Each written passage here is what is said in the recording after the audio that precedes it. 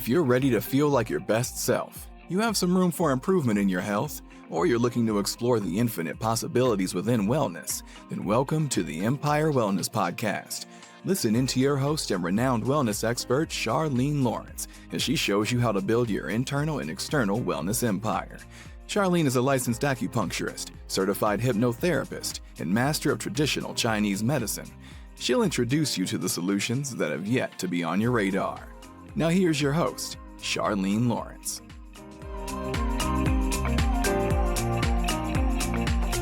Welcome back, Wellness Warriors. I'm Charlene Lawrence, your wellness expert. I am the Chief Executive Acupuncturist at Empire Wellness Center, and I'm the founder of the Hypnopuncture method, combining the powerful tool of hypnosis with the amazing healing power of acupuncture. I am so grateful to have you on this journey with me to explore the infinite possibilities within wellness. It is my mission to educate so you can improve, and together we can empower, inspire, and grow. Let's dive right in. Hey there, Dr. Charlene here, and welcome back to the Empire Wellness Podcast. I have a wonderful two-part conversation with you today, and part one is all about Cindy Dobson. Cindy is a diplomate of acupuncture and Chinese herbal medicine. She loves doing orthopedic acupuncture and has a passion for women's health. Although she loves helping women in all stages of their lives, her aim is to help break the common thought that dysregulated periods decreasing quality of life is a normal thing.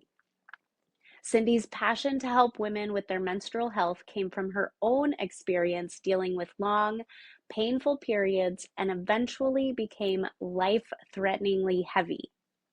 She wants women to feel empowered and comfortable when it comes to their menstruation. Cindy believes that there is no need for women to suffer or feel anxious about getting their period. With the 4-stage process she utilizes in her practice and in her online program, she is able to help so many women feel heard and validated, and help them thrive all month long. In her spare time, Cindy is probably working with her hands, whether it's getting in the garden, crocheting, or petting her fur babies and spending time with her new husband in nature. All right, let's dive right in. Hi, Cindy. Hey. I am so excited to have you on the show today. So we are going to dive right in. All right, Cindy, I am curious, what does wellness mean to you? Yeah. So wellness to me means balance. So balance between mind, body, spirit, balance in all aspects of your life, and a wholeness. And I think it's also important to note that wellness looks different in everyone, and what they need to do to get there is gonna be different for everyone. Yeah, absolutely. It's not a one size fits all plan. Yeah, exactly. So that makes me want to know more about your wellness journey. So just start where it begins and let us know what that journey has been like. Yeah, so I mean, I guess we could go as far back as when I was a little girl. I was introduced to wellness without even realizing it. My grandma was really into Reiki and yoga, and she would do yoga. She would tell me to do yoga with her, and I didn't know what it was. I thought it was just, putting your feet up in the air and just having fun. Um, so then, as I grew up, I was being called more into the alternative side of it. And both my grandmas love plants and herbal medicine, right? I'm from South America, so we're big on folk medicine and like drink this tea for that and have this tea for this other thing.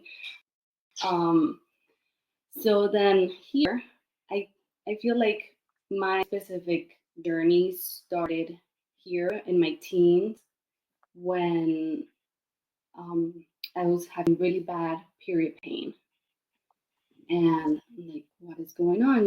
It didn't feel right. So I went to the gyno, and they're like, well, normal. We don't really have answers. Like, but we'll do some tests.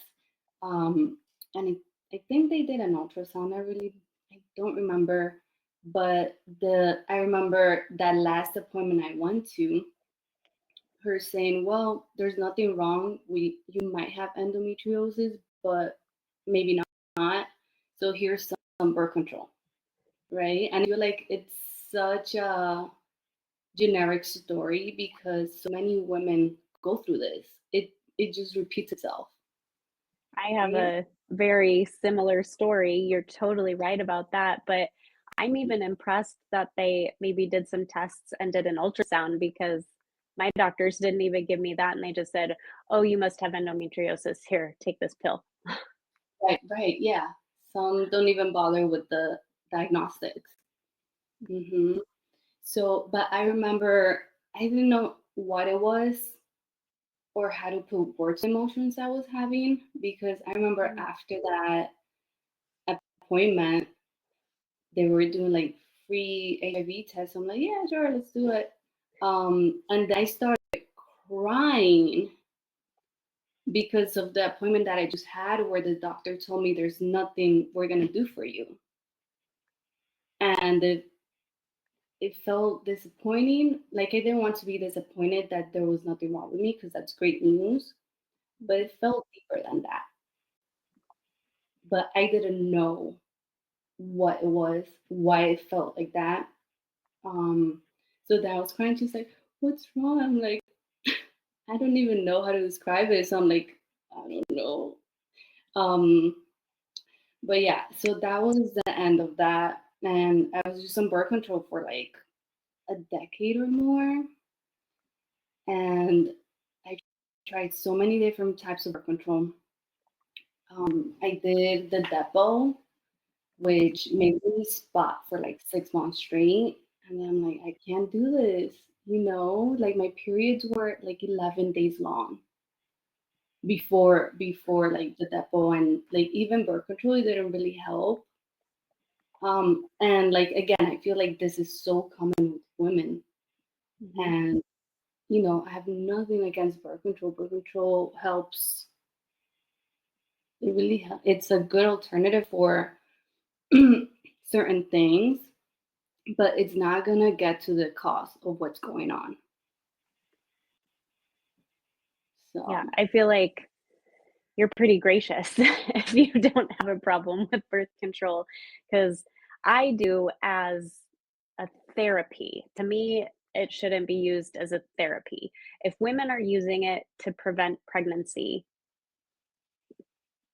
that's their choice, that's their right. Absolutely make that decision.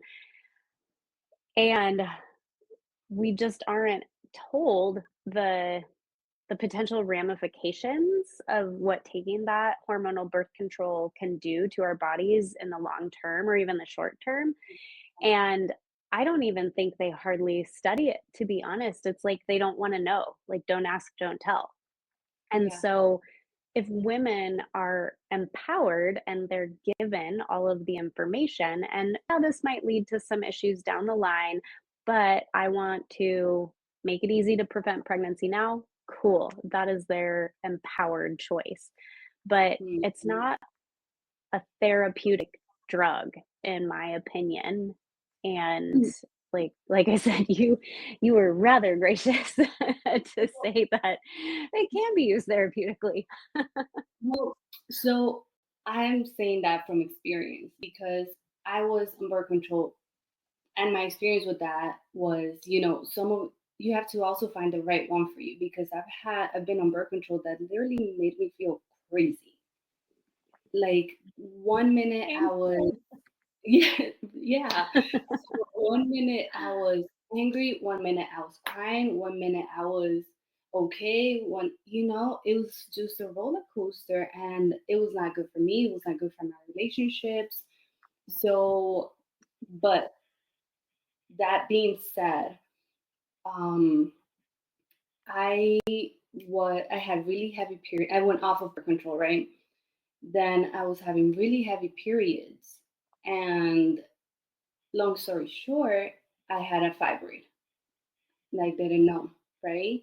So my periods started getting heavier, heavier, and I went to the hospital because I passed the cloth the size of my hand, and I was feeling really dizzy. I wasn't feeling. So I would call my mom. My husband was working. I called my mom. They took me to the hospital. They left me in the hallway because there wasn't a bed or a room for me. They didn't give me IV fluids. They didn't really check on me. They took my blood. They're like, your hemoglobin's at 9. Go home. After like hours of being there, in pain, worried, because I don't know if you experienced that, but when that happens and your hemoglobin's so low, you're anemic, Mm-hmm. you feel your heart like feels weak. And this is blood deficiency in Chinese medicine, right? Mm-hmm. Yep.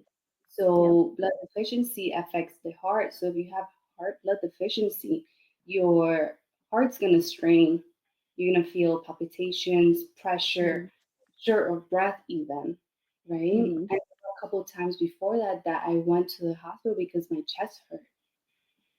And they're like, EKG looks fine, here's some IV. And I felt great after the IVs.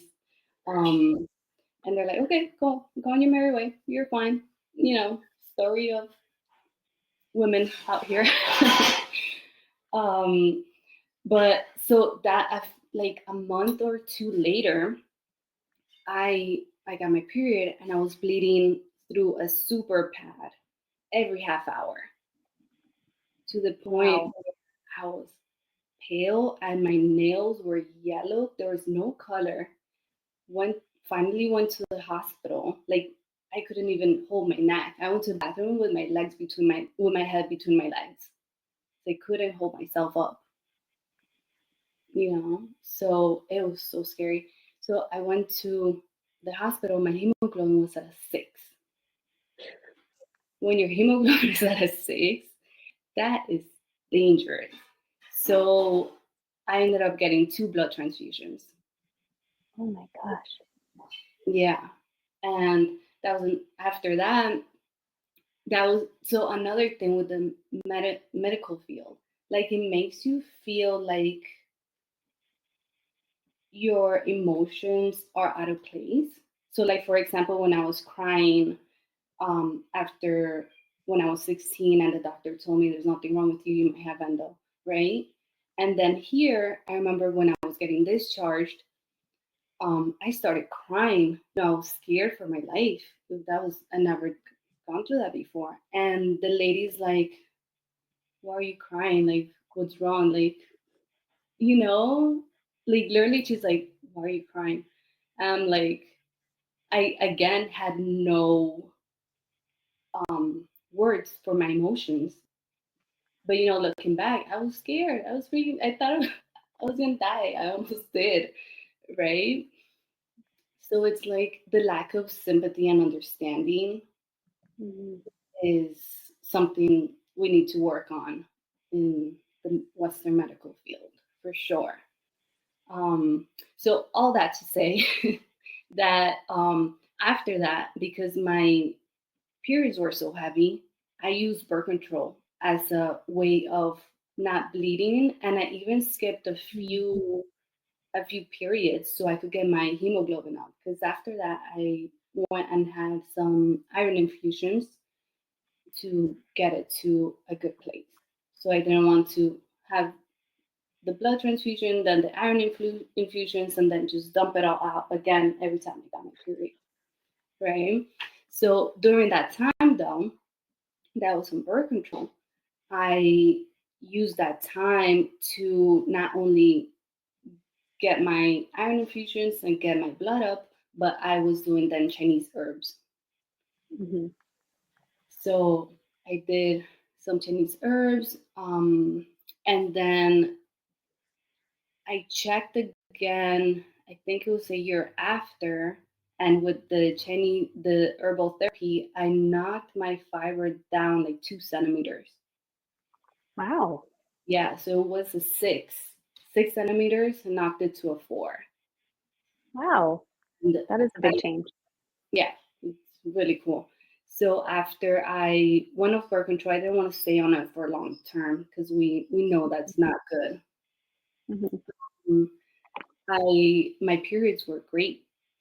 Like the pain was bearable, they were lighter. It was night and day. Yeah. That's awesome. Mhm. So then coming back, I guess, to my very strict and rigid dislike of the therapeutic use of Yeah. birth control, you actually used it to your advantage. So you did use it in a therapeutic way, and you did it as a rescue tool, Yeah. which that's that's what I really hope to get across to women out there who maybe are going through something similar. And you've opened my mind by your use of the tool. Is you did use it therapeutically as a rescue tool, and I've said that to so many of my patients in other ways, where if they're dealing with a mental health crisis and they want so badly to avoid using, any kind of mental health drugs like an SSRI, Zoloft, or something like that. And I Mhm. remind them that, we can use this as a rescue tool in the short term. We can then make a plan with your doctor to help you get off of it as quickly as possible. And it's the Mhm. same with like hormone replacement therapy. I don't Yeah. typically recommend that for so many of my female patients, but I do tell them, like, if they're gonna murder their husband or kids while they're going through menopause, let's save a life and get you on some HRT for a short period of time Yeah. while we use the natural tools to correct the actual root causes of the problem. So I've never considered birth control in that same manner, but it sounds like that's exactly what you did. And perfect. Like, you already have amazing improvement in the fibroid. I mean, what is that? 2 out of 6? That's 2/3. It decreased its size by a whole third. It's 2/3 of what it once was. The pain is better. Your periods are lighter. I mean, you're using the natural therapies and probably the lifestyle practices to Mhm. get your body healed in a really deep way that will last the long term, but you used that therapeutic drug in the short term to save your life so you're not bleeding out eventually and needing a blood transfusion every month.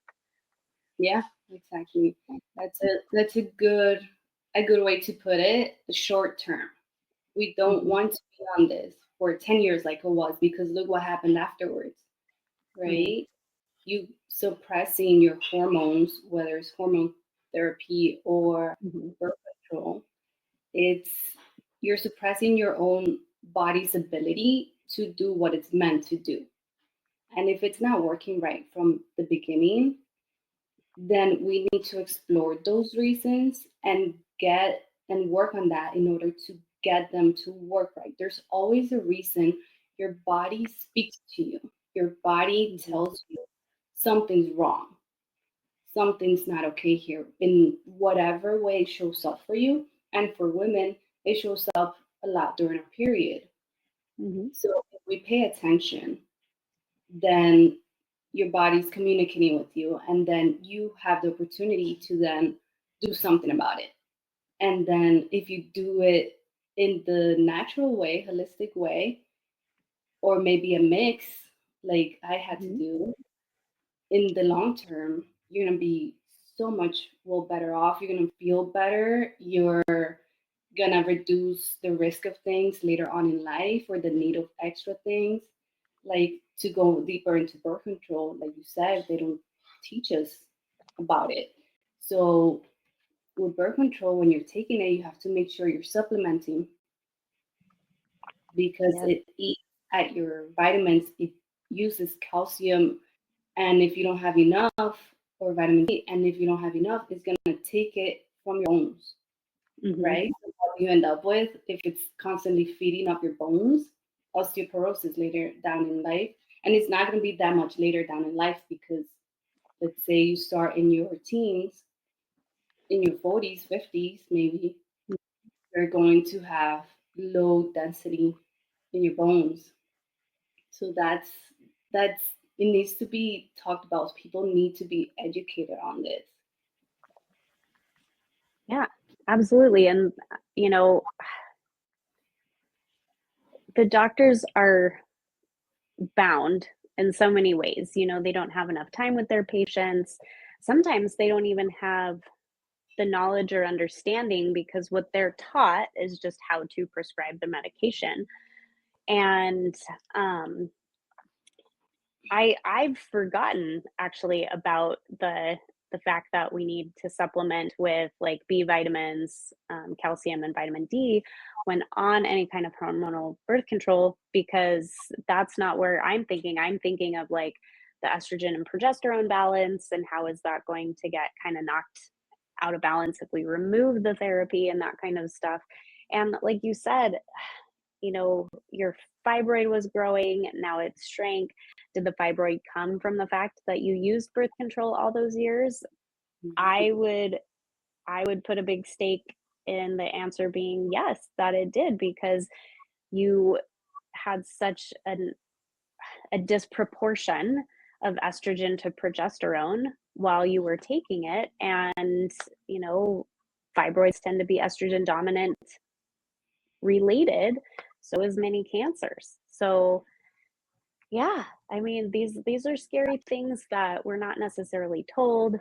We need to be educated on. And I remember once asking my female gynecologist, who was once again recommending birth control to me, and I Mhm. told her, I just asked, I said, what is the mechanism of action? Like, how is it that this works? Mhm. And she couldn't answer me. She was honest that she couldn't answer me and she didn't know the answer to that question. So I'll give her that. But when you and I are working with our herbs, we know the mechanism of action. We know if this is a cool herb that's decreasing heat. We know if it's a blood building herb that's, you know, helping with blood deficiency like you were experiencing. Also, fibroids are something we would call blood stasis and even some phlegm mixed in there. We have herbs that like dispel stasis and transform phlegm. And so like we study the mechanism of action with our herbal medicine. And I Mhm. feel like with a lot of the pharmaceutical drugs, the doctors just don't have time to study or understand that. It's wild. Yeah, yeah, yeah. They don't have time, and their education is so narrow into, you know, do it as quick as possible. This is what you do, and then if this is what you find, this is what you prescribe. This is what you find. This, and it's so um, what would be the word? It's so like robotic, I guess. I don't know if Mm, you can find a better word, but mm, it's like do this, do that, same, repeat, repeat. Everyone's the same. Just follow with the motion, and not everyone's the same, right? As we know mhm, in Chinese medicine, the cause of the fibroid, let's say for me, could have started with mold accumulating in the uterus, leading to blood stasis, mhm, versus someone else could have been spleen chi deficiency, accumulating damp and phlegm that led to that stagnation. So, so it's like just to give them the benefit of the doubt. Um, that's what they're educated to do, right? And it doesn't make it okay, absolutely not. right. But we do need to. I remember I had a patient and she was so angry because she was in early menopause, and she was fed up with her doctor. She's like, they didn't tell me this, they didn't tell me that. Hold on. Okay, you're Sorry like, about that. Light switch. so she was so angry, and like I explained things to her, and like this is what's going on, this is what we could do, and she's like, well, why didn't they tell me that? You know, why aren't they talking about this? Why? And she's like, I'm really bad at confrontation. I cry when I confront people. I'm like, I'm the same way. I cannot talk to people because I will cry. Um, I'm sure you could diagnose that in Chinese medicine, but um, so I'm like, well, what if instead of out of anger, you go in there out of compassion because they're doing what they know, you know? So what if you go in there with the opportunity to educate them, and you come from a compassionate and loving way and you educate them and you open up that communication, and then maybe they'll be like, you know what, I didn't think of that, that I could look deeper into that and help more people along the way. You know, there's a chance that they could be like, no, you're wrong, I'm right, I'm always right, I'm a doctor, I know best. But there's the off chance that if you come open, they will be receptive and they'll open up as well, right? So there's conversations to be had for sure. Yeah, absolutely. And I mean, I've had those experiences just being so frustrated Hmm. with the lack of information or time spent with a Western medicine doctor. And, I've had dozens of patients who've gone through the same experiences. And it probably doesn't help that I like ruin my patients a little bit because I do take the time. I do listen to them. And so now they feel like all of their doctors should give them an hour of their day. Um, Hmm. and that thought just occurred to me that maybe that's part of the problem. But you're right about giving these doctors the benefit of the doubt because one, they went into medicine to try to help people, and they're really just their hands are tied by a really broken system. Hmm. Um, and like all they're trained in is how to, you know, try to determine the right diagnosis, which sometimes that doesn't even happen, and then which prescription to write or which surgery to do for that Hmm. particular diagnosis instead of exploring all of these other things. And I do want to get into this the way that you practice with your patients and then this program that I know you're working to build so you can reach a wider audience because so many people out there suffer from these, diagnoses, diseases, whatever it is that you help solve, and they're not necessarily in your town and can't come for direct access with you at your clinic, but you have solutions for them. And I know so much of your solutions come back to kind of what you were describing with your grandmas that, you know, like try the herbs, use the plant medicine, use the lifestyle practices that really it's only been the last 100 to 150 years in the industrialized civilization that we've lost touch with so much of that. Hmm. And so I want you to share, besides the, some of the herbal stuff that you did with yourself to help shrink your fibroid, help decrease your period pain, but I want you to talk about, um, what are the other things you do? What are the things that you do with your patients to help them solve their problems? Absolutely. Great question. So it's going to be a wholesome approach. So, yes, we'll have herbs depending on what is going on with the patient, but we also have lifestyle, right? And lifestyle is what will throw you out of balance and cause diseases.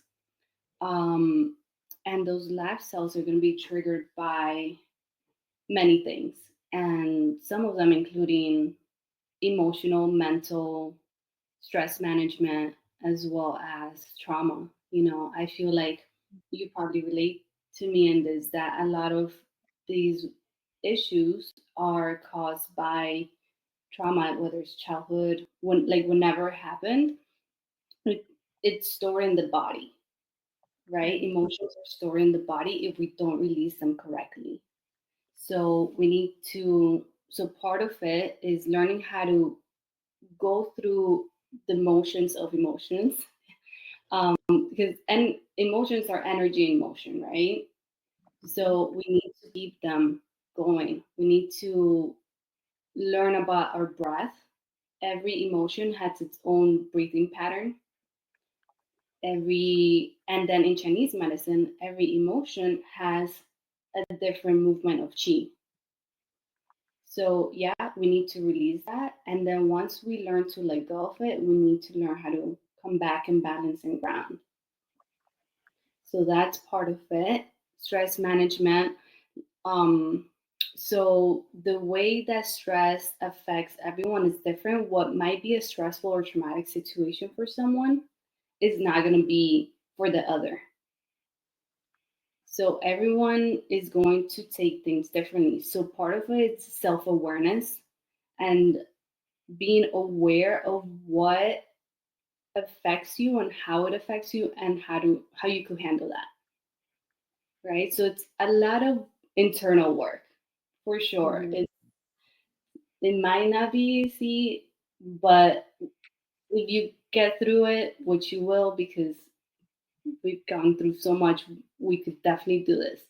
Um, then you're gonna come out just better in terms of how you feel, how it affects your health.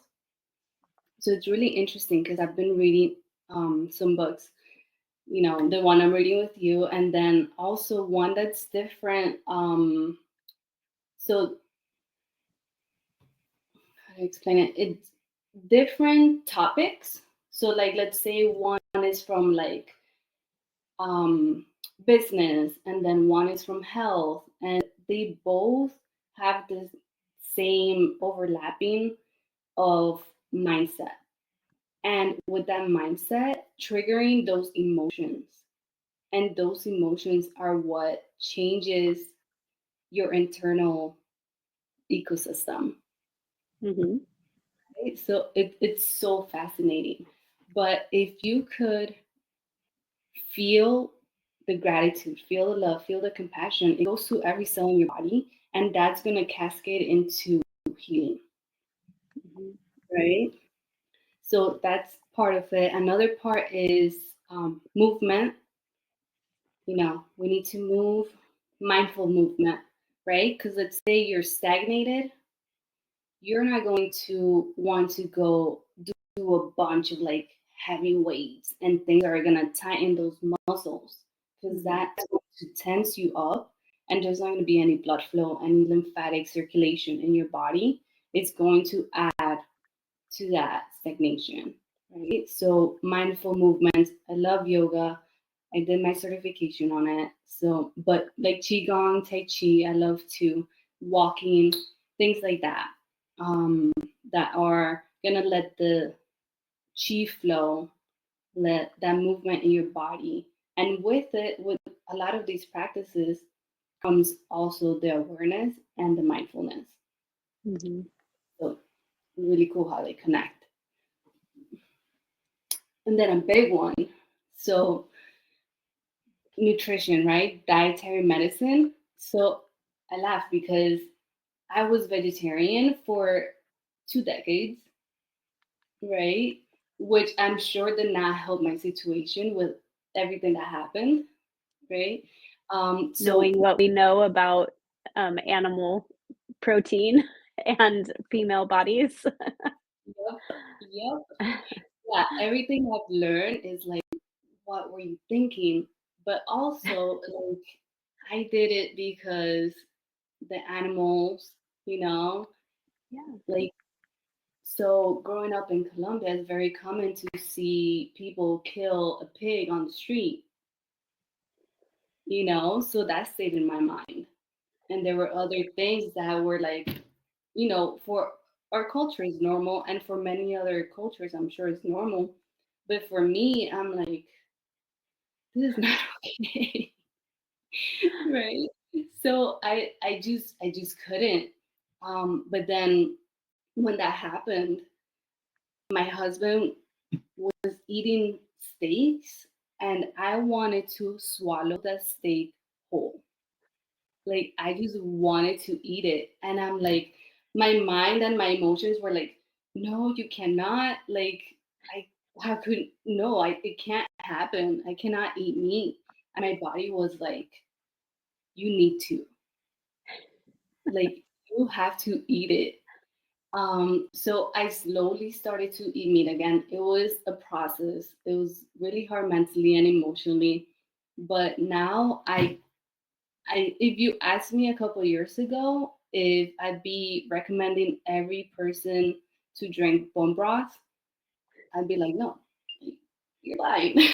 And now I'm like, drink your bone broth, eat your meat, especially for breakfast. Like, you better eat your breakfast and you better have protein in there. So it's a big shift. So definitely that's a big part of our health and our hormone balance is making sure we eat and we eat right and we get that protein in there. I don't know if you have any input on that. Oh yeah.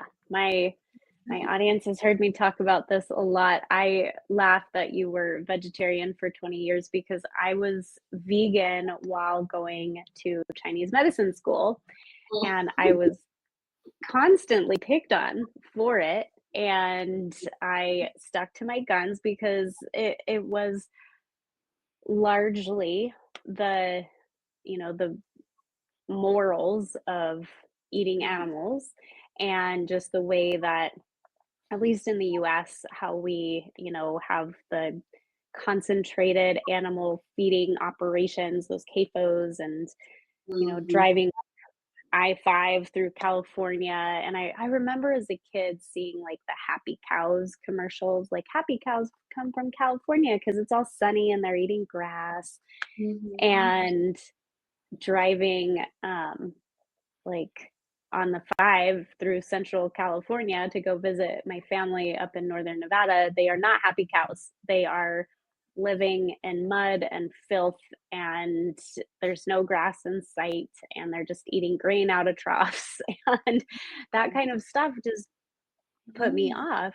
And it's still something that, as much as I went from being vegan to like largely carnivore, I would say the majority of my diet these days is more meat and eggs than it is anything else.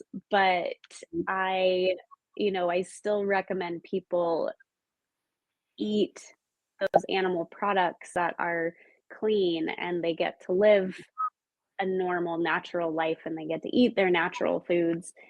Regenerative farming is fantastic, and hopefully we can move more and more towards that in the States and get rid of some of these these Uh, awful um, it's so food awesome. operations. Yeah, it Yeah. really is. And it's amazing how powerful food can be medicine. And I mean, Mm-hmm. I think the quote's attributed to Hippocrates from thousands of years ago, that he said, "Let food be thy medicine." Right. It's it really is that simple.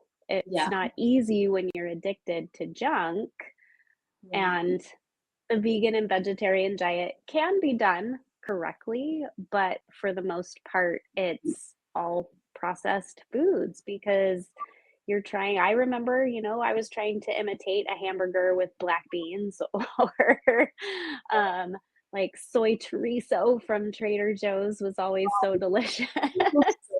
Though. To your But point, it's though. so prob Yeah.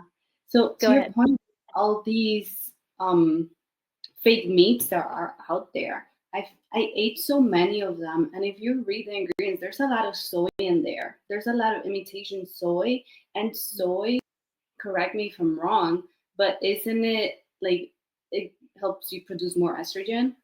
Yep, it's a phytoestrogen, meaning it's a plant-based estrogen, which for many years, not all that long ago, I remember um, the medical community saying, "Oh, if you're going through menopause, you should eat a bunch of soy and drink a bunch of soy milk because it will replace the estrogen that you're losing during menopause." And I think it did more damage than it did good. Yeah. Yeah. So like here I was trying to be a good vegetarian, which I was not at all, which is probably why my spleen was so weak and everything happened. Well, part of it, birth control too. But so soy milk, I was drinking soy milk. I was drinking smoothies, which we know are like so damp and heavy for your digestive system. So that phlegm accumulation was real. And all these fake meats that, it's all not real food. And we're digesting this, at least I was like every day, minus minimal veggie activity in there. So yeah, it's not good. So when I I come upon that patient or someone that's vegan or vegetarian, I have compassion for them and I understand them.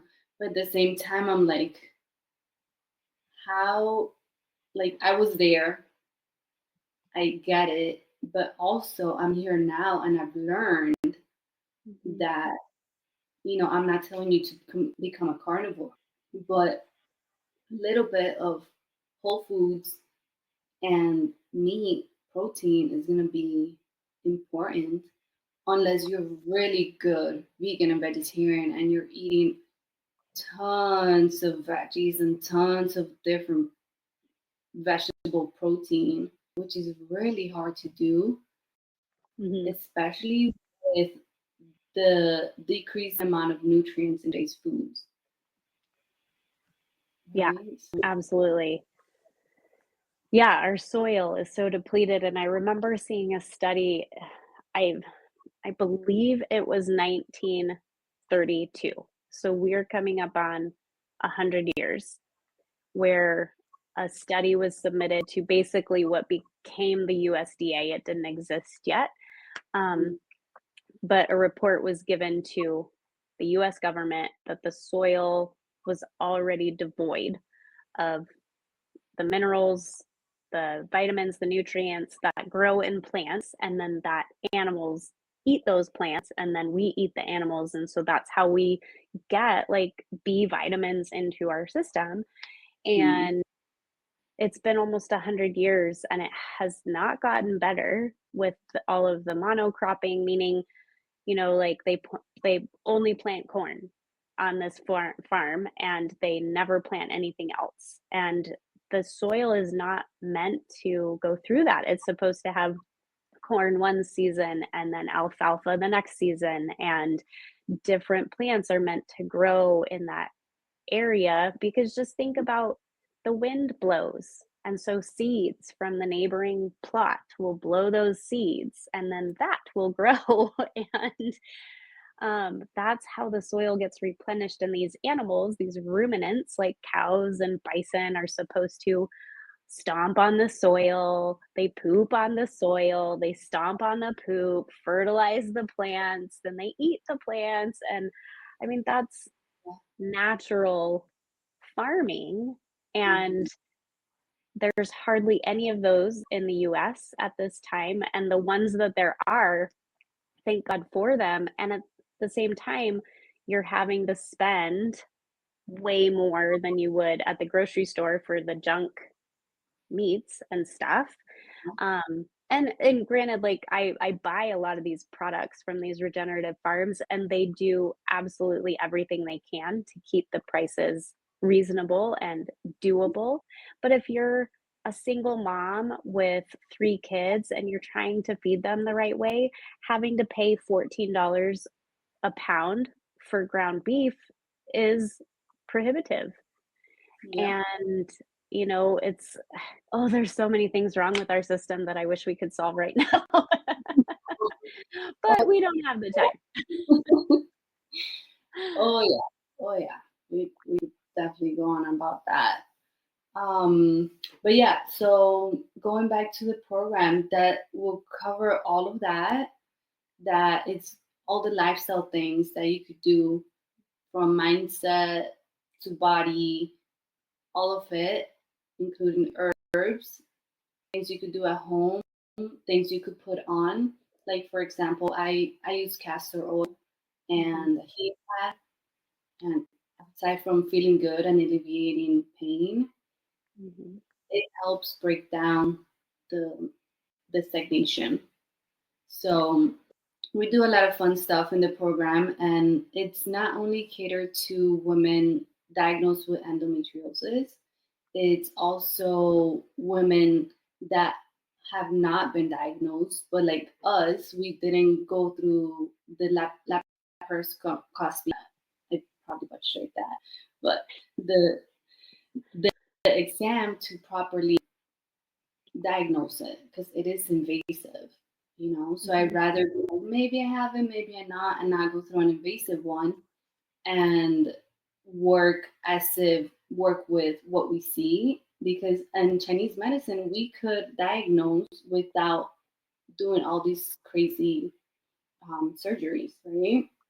So based on symptoms, based on pulse, tongue, we could see what's going on and work from there. We also know, at least with endo and a lot of modern diseases, it comes from the immune system, right? It's an autoimmune disease that causes chronic inflammation. So we can work with that. You know, it's so doable, and women don't have to be suffering. Like there is help out there, and we can get you feeling so much better. You don't have to be bleeding heavily every month that you're so scared to go outside. You can't wear the clothes you want to wear. You have to wear super tampon and a super pad and call it normal because you have to go about your day, right? You don't have to be in pain. You you know, there's so many things we could help with, and so you don't have to have a diagnosis to be in the program or to get help, you know. So if you're having any of these issues, um, then we can help, you know. Absolutely.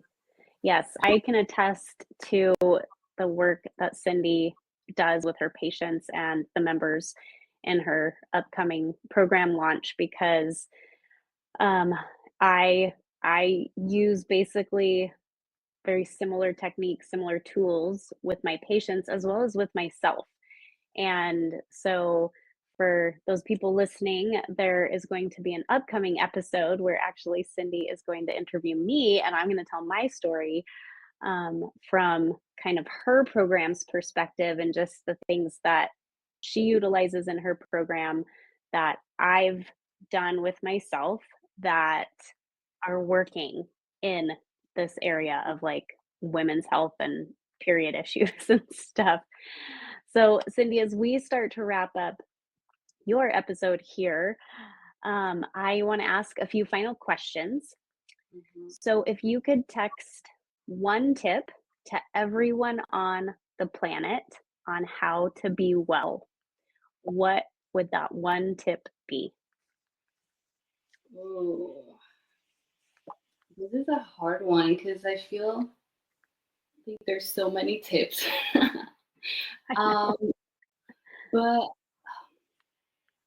I would say if I had to choose, would be to be grateful. And I know it's so hard to say that because people are suffering out there. How can you be grateful for your suffering, right? But that mind shift and gratefulness is the strongest form of prayer. It has the highest vibration. So finding little things that you're grateful for, you know, that you have a bed, or, you know, I don't know, anything, you have a toothbrush, hope, you know. Um, so little things that you could find. And as you work this muscle of finding things to be grateful for, it's going to get easier and easier. And your mind is going to start to shift things, and things are going to start to happen for you. And you'll find your path to healing, or, you know, whatever you need to do to get to where you want to and need to be. So I think that would be my one tip. Awesome.